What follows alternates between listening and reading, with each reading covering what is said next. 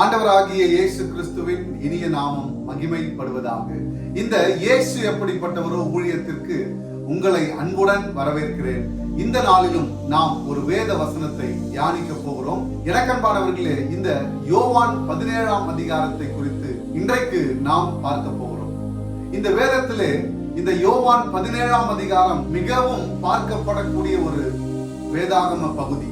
இந்த வேதாகம பகுதியில நம்முடைய தேவனாகிய கர்த்தர், அதாவது நமக்கு கொடுக்கப்பட்ட நம்முடைய இரட்சகரும் மீட்பருமாய் இருக்கிற நம்முடைய இயேசுவானவர் நம்முடைய பிதாவாகிய தேவனோடு கூட உரையாடின வார்த்தைகள், நம்முடைய பிதாவாகிய தேவனிடத்தில் அவர் உரையாடி கொண்டிருக்கும் போது, அதாவது பேசும்போது, நம்மை குறித்த காரியங்களை, நமக்கு அவர் செய்த எல்லாவற்றையும், நம்மேல் அவர் வைத்திருக்கிற அந்த அன்பு, அவர் நம்மை குறித்து வைத்திருக்கிற திட்டங்கள், வெளிப்பாடுகள் எல்லாவற்றையும் தேவனாகிய கர்த்தரை நோக்கி சொல்லுவதும் கேட்பதுமாய் அவர் காணப்படுகிறார்.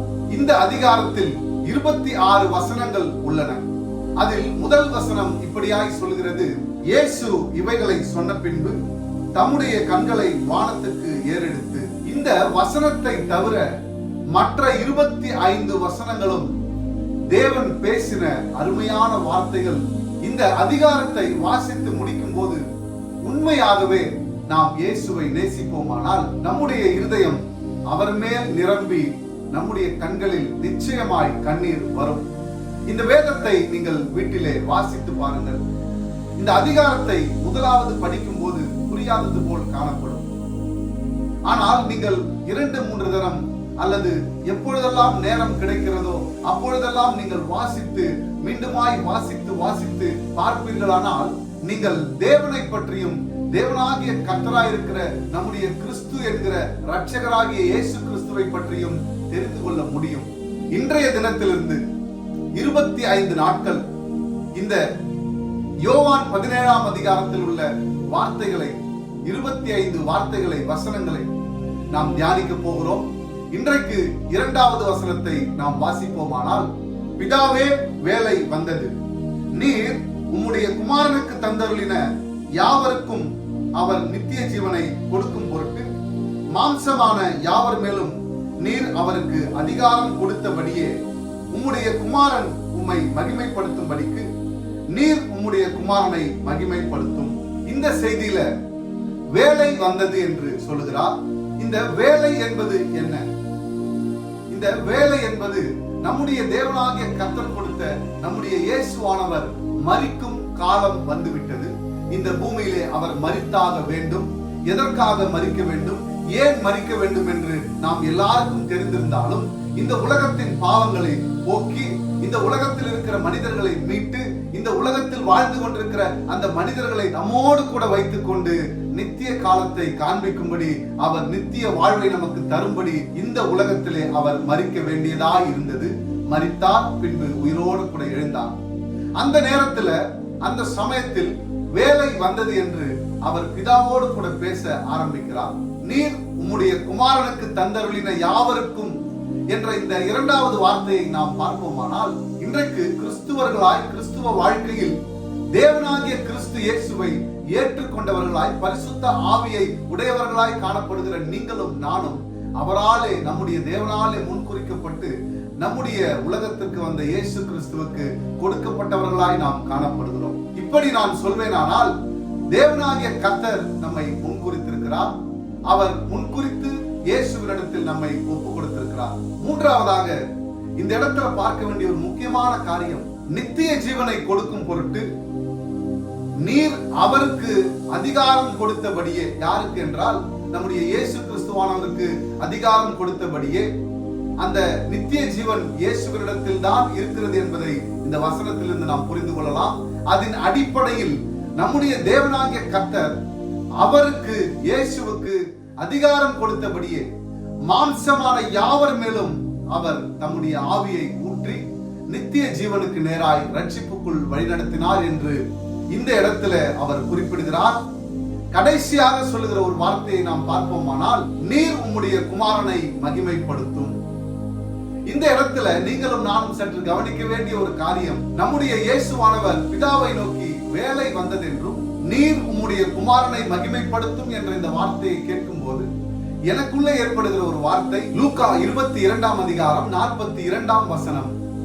பிதாவே உமக்கு சித்தமானால் இந்த பாத்திரம் என்னை விட்டு நீங்கும்படி செய்யும், ஆயினும் என்னுடைய சித்தத்தின்படி அல்ல உம்முடைய சித்தத்தின்படியே ஆக கடவது என்று ஜெபம் பண்ணினார். அடுத்த வசனம் இப்படியாய் சொல்லுகிறது, அப்பொழுது வானத்திலிருந்து ஒரு தூதன் தோன்றி அவரை பலப்படுத்தினான். அவர் மிகவும் வியாகுலப்பட்டு அதிக ஊக்கத்தோடு ஜெபம் பண்ணினார். அவருடைய வேர்வை இரத்தத்தின் பெருந்துளியாய் தரையிலே விழுந்தது.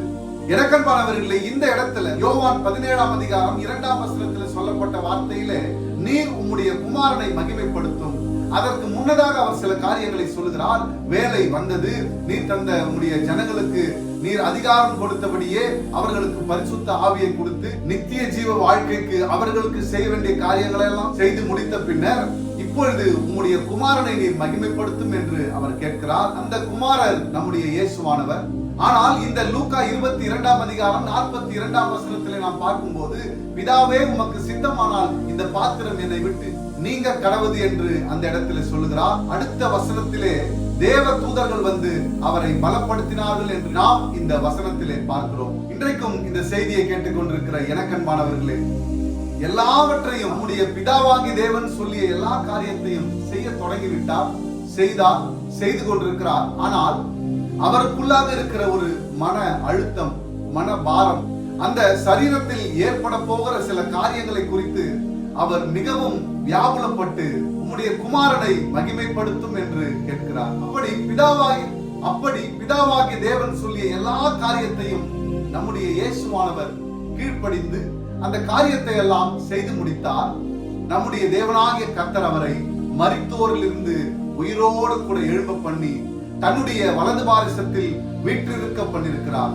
இன்றைக்கும் இந்த செய்தியை கேட்டுக்கொண்டிருக்கிற எனக்கன்பானவர்களே, இந்த 17 அதிகாரத்தை முடிந்தால் நீங்கள் வாசித்து இனி வருகிற நாட்களில் இந்த செய்தியை பாருங்கள்.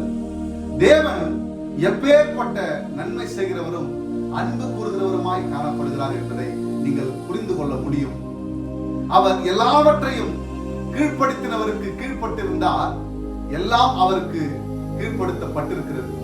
இன்றைக்கும் உங்களுடைய வாழ்க்கையில ஒரு கீழ்ப்படிதலோடு கூட குடும்பத்தில தகப்பனார், தாயார், சகோதரர்கள், எப்படிப்பட்ட நபர்கள் யாராக வேண்டுமானாலும் இருக்கலாம், காணப்படலாம். ஆனால் உன்னுடைய வாழ்க்கையில நீ கீழ்ப்படிதலோடு கூட பயந்து நீ செய்ய வேண்டிய காரியத்தை சரியான நேரத்தில் செய்து முடித்து உன்னுடைய வாழ்க்கையை குறித்து நீ சிந்தித்து நிதானமாய் எல்லாவற்றையும் கை கொண்டு நடக்கிற ஒரு மனிதனாய், பிள்ளையாய் நீ காணப்படுவாயானால் உன்னுடைய வாழ்க்கையில தேவன் நீ நினைத்து பார்க்காத காரியங்களை அவர் உனக்கு கீழ்ப்படுத்துவார். இன்றைக்கு இந்த யோவான் 17 அதிகாரம் 2 வசனங்களை நாம் தியானித்திருக்கிறோம். தொடர்ந்து மீதி இருக்கிற எல்லா வசனங்களையும் ஒரு நாளும் நாம் தியானிக்க போகிறோம். இன்றைக்கும் இந்த செய்தியை பார்த்துக் கொண்டிருக்கிற நீங்கள் இந்த தேவனாகிய கர்த்தருடைய வார்த்தைக்கும் அவருடைய கற்பனைக்கும் கட்டளைக்கும் கீழ்ப்படிந்து நடக்கிற ஒரு பிள்ளையா இருப்பீர்களானால் உங்களுடைய வாழ்க்கையில கர்த்தர் நிச்சயமாய் ஒரு பெரிய அற்புதத்தை செய்ய வல்லவராய் இருக்கிறார். Thank you. God bless you.